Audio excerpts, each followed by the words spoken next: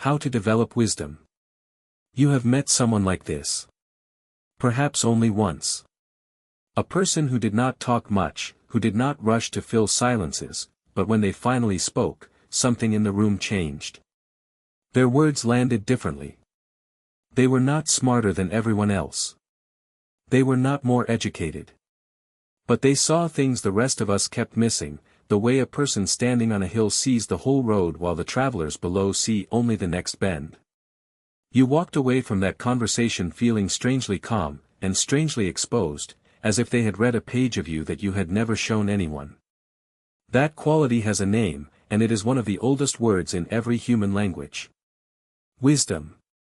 And here is the uncomfortable truth this video is built on: wisdom is not a gift. It is not luck. It is not age. It is a craft. And like any craft, it can be learned, if you are willing to pay what it costs. The difference between knowing and understanding. Begin with a distinction most people never make. Intelligence is the speed of the mind. Knowledge is the contents of the mind. Wisdom is something else entirely. It is the relationship between the mind and reality, and above all the relationship between the mind and itself. A brilliant person can ruin their life with astonishing efficiency. A learned person can quote 100 philosophers and still be a stranger to their own motives. History is crowded with geniuses who were fools in everything that mattered, who could solve equations but could not forgive a brother, who could build empires but could not sit alone in a quiet room.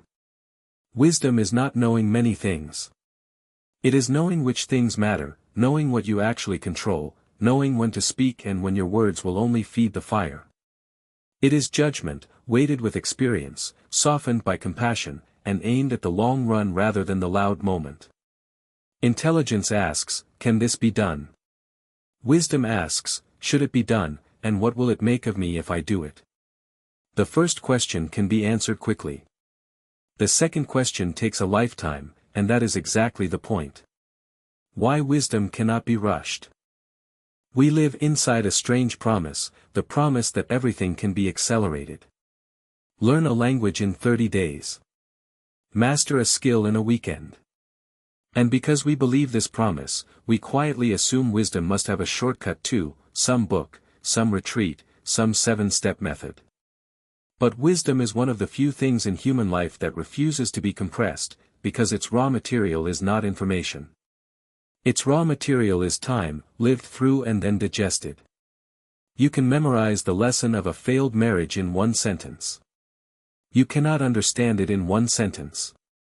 Understanding arrives years later, at an unexpected hour, when the sentence suddenly stops being words and becomes flesh. This is why a 20-year-old can repeat everything a sage says and still not possess a single grain of what the sage has. The words are identical. The weight behind them is not. There is an old image worth keeping: wisdom ripens like fruit in a walled garden, indifferent to the impatience of the man pacing outside. You cannot shout at an orchard. You can only tend it and wait. And yet, and this matters, waiting is not passivity.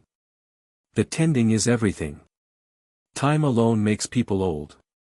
Time plus attention makes them wise. The teacher nobody wants. Now for the hard part. If you trace the wisdom of any deep person back to its source, you will almost always find a wound. A loss they did not choose. A humiliation that stripped them of their story about themselves. A long corridor of grief they had to walk alone. Nobody wants this teacher. Everybody gets it. The difference between people who are broken by suffering and people who are deepened by it is not toughness, and it is not optimism. It is reflection. Pain by itself teaches nothing. Hospitals and prisons are full of pain that taught nothing. Pain becomes wisdom only when it is turned over slowly in the hands of an honest mind, the way a jeweler turns a rough stone. That means asking questions most people flee from. What did I actually lose, and what did I only think I needed? What part of this was done to me, and what part did I walk into with my eyes closed? Who was I before this happened, and was that person ever going to survive contact with reality? This work is not pleasant. It feels like performing surgery on yourself by candlelight. But something happens to people who do it.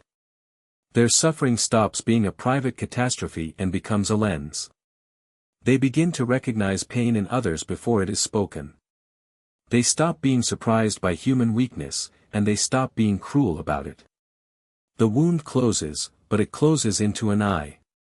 The courage to say I do not know. Here is a test you can run on anyone, including yourself. Watch what happens when they meet evidence that they are wrong.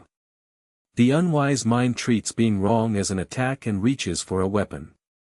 The wise mind treats being wrong as a gift, awkwardly wrapped, and reaches for it with both hands. This is epistemic humility, and it may be the single clearest marker of a maturing intellect.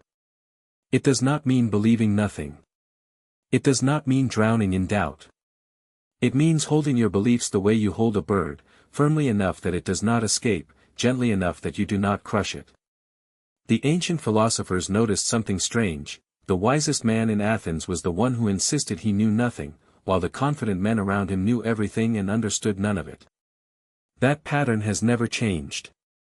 Certainty is cheap because it asks nothing of you. Doubt is expensive because it demands that you keep looking.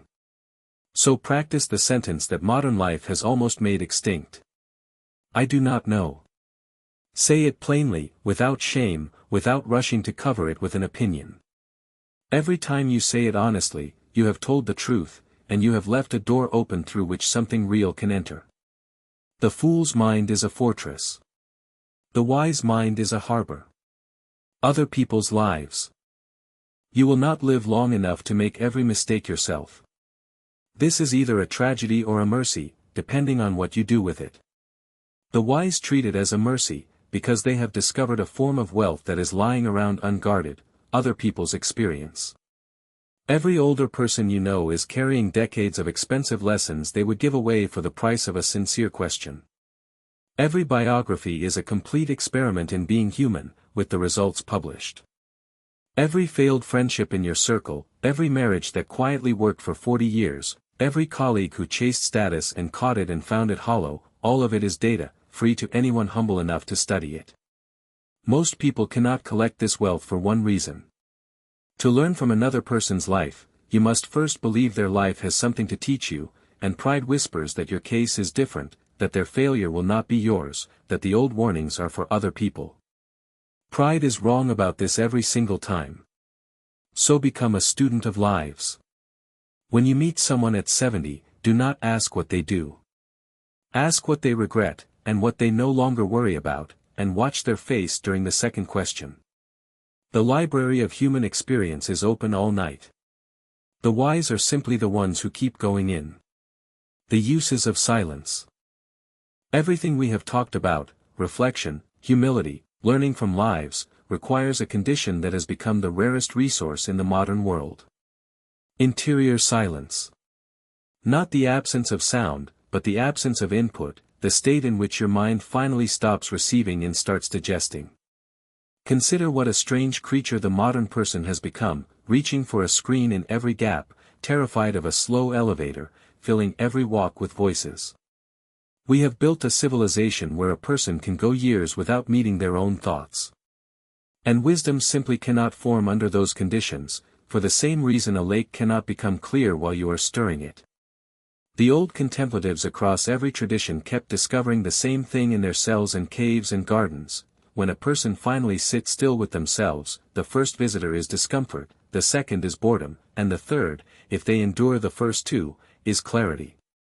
What you learn in solitude is not new information.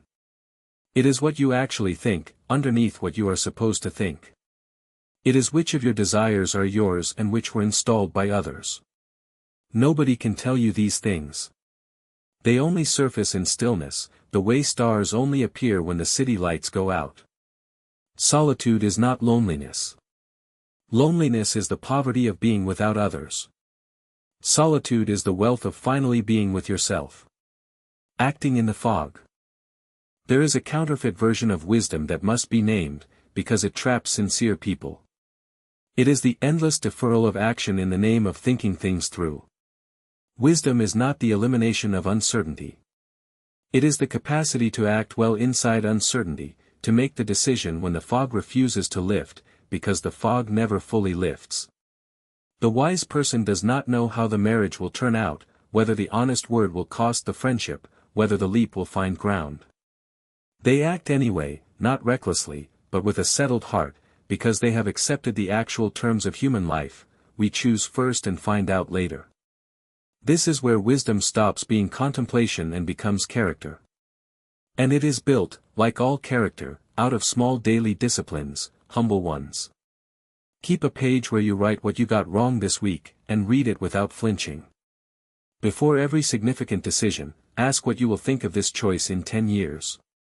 Once a day, in some small matter, deliberately take the harder right over the easier wrong, just to keep that muscle awake. Listen to one person fully, without composing your reply while they speak. Withhold one judgment you were about to make. None of this is dramatic. That is the secret. Wisdom is not built in the great storms. It is built in 10,000 quiet rooms, one honest evening at a time, so that when the storm finally comes, there is something in you that does not move. So return to that person from the beginning, the one whose presence changed the room. You know now what you were actually seeing. Not talent. Not luck. You were seeing decades of invisible work, wounds examined instead of buried, certainties surrendered, silences endured, small hard choices made when no one was watching. Which means the distance between you and them is not a difference of kind. It is a difference of practice. The same road is under your feet tonight. It begins with one honest question asked in the dark, one admission that you do not know, 1 hour with the noise turned off. You will not feel yourself becoming wise. No one ever does. It happens the way dawn happens, so gradually that you cannot name the moment, until one day someone leaves a conversation with you feeling strangely calm, and strangely seen, and walks home wondering how you knew. That is the whole secret, and it is yours to begin. Not someday. Tonight. Wisdom is patient, but it is not passive, and it has been waiting for you far longer than you have been waiting for it.